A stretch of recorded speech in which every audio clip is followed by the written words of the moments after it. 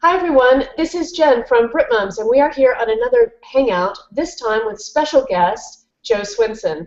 Now, as you may know, Jo is MP for Liberal Democrat MP for East Dunbartonshire. She is the Minister for Employment Relations and Consumer Affairs in the Department for Business Innovation and Skills, and Women and Equalities Minister. Jo's here today to talk to us about shared parental leave, which comes into effect in April 2015 and can have a big impact on parents. Welcome, Jo. Hi, and thank you so much for hosting this. I'm really happy to be having this, my first ever Google Hangout with BritMums and some bloggers. So delighted to be here. Oh, we're so glad to have you. Thanks for making time. Also with us, we have some really informed bloggers. We have Mari from Mari's World. Hi. We have John from Dadblog UK. Hi there. Helen from Kitty Charts. Hello. And Susanna, my BritMums co-founder. Hello. So, Jo, let's start off. So the premise of shared parental leave is that people get a set amount of leave after having a baby or adoption, but they can split that according to their situation. So mothers and fathers can both take it. Now, why is shared parental leave important?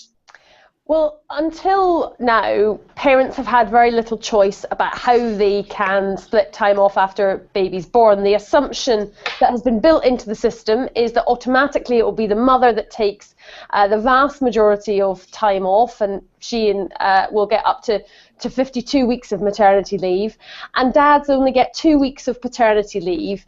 And indeed, it's only been a few years that paternity leave has been around for. So this sort of assumption that parenting is women's work and that is not something for men and dads to be involved in is something which is quite entrenched. Now, obviously, there are plenty of couples for whom that works just fine, but there's also lots of other couples who would rather split things a bit more equally, or in some cases where it makes sense for them for the dad to take the vast majority of time off. And so what we're going to do for babies that are due from the 5th of April next year, their parents will be able to decide how to split that time off pretty much any way they want. Mum will still have to take 2 weeks. There's a basic physical recovery that's needed from having a baby, which I can attest to, having gone through that experience myself last year. But then basically it will be up to them to decide how they split it, and also that it will be possible to take blocks of leave. So you might have some leave where all the family might be at home together at the beginning. And then it may well be that later in the year, dad will take a further chunk of leave, or indeed that mum might want to take a sort of break and finish her maternity leave, go back to work perhaps for a few weeks or for a particular big event or a pitch with a client that she works with, and then take some shared parental leave later on after that. So much more flexibility to let families choose what works for them. So let's go to the bloggers and a pressing issue that affects how much time parents ask for, the culture of work. This came up frequently when we were discussing shared parental leave. Helen. Hi, everybody. Yeah, my husband works in the city in a financial services firm, and he's been pretty reticent about asking for flexible working, as he feels it's really hard to change the culture within his firm, which is quite a large organisation, because he feels that if he asks, people will think that he's less committed to work. And actually, the fact is he's just as committed to work, but he's committed to his family as well, and he wants to try and balance that. As that's the case, how do the government anticipate educating businesses, particularly the larger organisations, where it's really hard to change that overwhelming feeling that if you ask, you're putting yourself in a difficult position? I mean, I think this cultural issue is a very genuine one, and of course it's something which your husband is experiencing, which I think many women have experienced in the workplace for many years, where this assumption gets made that somehow just because you want to have a work life and also you have family responsibilities, that somehow that means that you are less committed to your job, which isn't true. So what we're doing is, first of all, trying to make it much more of the norm rather than a special case exception where people work flexibly. So we've just, as of June this year, extended the right to request flexible working to all employees. So it's not just something that's for parents and carers. We recognise there's lots of reasons why people might want to work flexibly that can be caring responsibilities or something else. And so by making it much more the norm, then that should help. And we also have made it a simple process for employers to deal with. The other thing we've been doing is really getting employers to talk about the benefits of flexible working. We've had an employers group led by Working Families. They've got together and they're getting employers to advertise jobs with the strapline, happy to talk about flexible working, recognising the real business benefits of better, more productive, motivated employees, less staff turnover, so lower recruitment costs, and that actually businesses that do use flexible working, they do report significant benefits. So a lot of the challenge is sometimes getting employers to try it and then see how they can make it work. And that's why the new right to request is good, because it means more people will be having those conversations, more businesses will be trying flexible working and realising, perhaps contrary to their assumptions beforehand, that actually it's a pretty good way to work for them as well as for the employee. Okay, thank you. So Ellen's talked a little bit about big business, but what about small businesses? Mari? Yeah, I used to work for a local small business, and they were very anti the people getting pregnant whilst they were working. I can foresee this becoming a problem if also the dads want to start taking time off.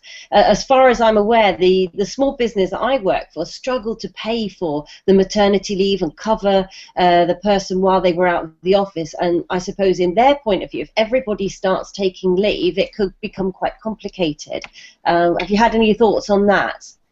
Well, we are trying to make this as straightforward for business as possible with a really easy set of regulations that have come in, so that basically employers get a single form from their employee, they know when they're not going to be there. And by encouraging people to have the conversations much earlier and get that dialogue going, I think that is one of the ways to make this work, because sometimes employers and indeed employees cannot be quite sure about how to broach these conversations, about what they're allowed to ask. You know, people worry, can they ask when somebody's expecting to come back? Well, actually, yes, you can have those conversations, because it does help with business planning. You know, before somebody has a baby, they're unlikely to be able to give you a definitive answer because things might change. But at the same time, if they can give you an idea of what their sort of working assumptions are, then that helps the employer, and actually the employee can perhaps then also have a discussion about what might make it easier for them when they come back to work. So, you know, that's good all round. I mean, I think that there is a view in some quarters that I've come across, which is that, you know, that this will be very difficult because dads might take time out too. I mean, if people are thinking that, you know, dad's taking time out is a problem, but mum's taking time out was all right, then that's a rather sad indictment of what they think about the role of women in the workplace. But look, we know that there is a challenge for business. You know, even though for small businesses, you know, the costs of maternity pay and so on are covered by the government, you know, there's still a hassle factor of recruiting cover and organising all of that. But I suppose when it comes down to it, you know, business and all of society generally needs people to keep having babies, because, you know, we still need to have the next generation of workers, the next generation of consumers and clients. And because we have an economy that basically isn't going to just not use the talents of half the workforce. I mean, back in the decades ago, then, you know, women didn't work; they stayed at home, looked after the children. That was the way that the economy was structured. But since women's contribution to the economy, you know, has happened in force, our economy now relies on those talents, and so we also need to find a way where parents can have children and have employment and find a way of making that work. And so actually it's in everyone's interest to make that happen. We're kind of all in it together, as it were. Exactly. John, so you had wondered about the positive effects of shared parental leave.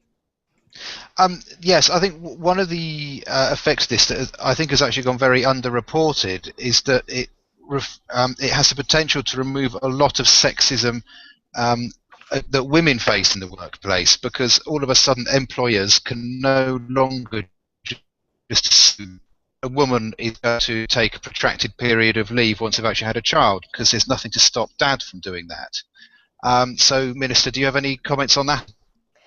I mean, I think this is a delightful side effect of the policy. I mean, the main reason we're doing this is because it's good for families to be able to make choices. It's good for children to be able to have the ability to spend more time with both their parents. We know that's good for their development. But actually, it's also pretty good for the role of women in the workplace too, because some of the assumptions that some of the perhaps slightly more dinosaur employers might have about, you know, trying to take the view that they should not employ women of childbearing age, which of course is illegal, but some of them take that view nonetheless. Actually, with shared parental leave, they can't make those assumptions. And I actually think that when you've got both men and women taking time out of work for a few months or however long it is, then it just again becomes much more the norm. It becomes less of a gendered issue and should hopefully help to address some of the aspects of things like the pay gap, parts of which are affected by the time that women take out of the labour market. And that's exactly what my question was going to be. And actually, I think this is a great idea. I was talking to my husband earlier, and he wanted to know if we could backdate it, since my youngest is 9, but I don't think that's possible. But that was my question about the pay gap, and if you think this might actually help it. Well, we know there's sort of 3 main areas of the cause of the pay gap, one of which is the fact that men and women go into different types of jobs. You've got more men in science and architects and more women in perhaps lower paid professions like, you know, caring roles. So that's one of the aspects of the pay gap. There's also, unfortunately, still some discrimination and some unknown factors in there too, perhaps women being less likely to ask for pay rises and so on. But part of it is also due to time out of the labour market for a range of reasons, but obviously childcare responsibilities, pregnancy and maternity being some of those. And so I think when that is evened up and there is more equality in the domestic responsibilities, then that should help to translate to more equality in the workplace and in pay as well. Great, thanks. So hopefully there will be some short-term benefits for parents with shared parental leave, but also longer-term benefits in terms of attitudes in the workplace and basically narrowing pay gap and some other benefits there.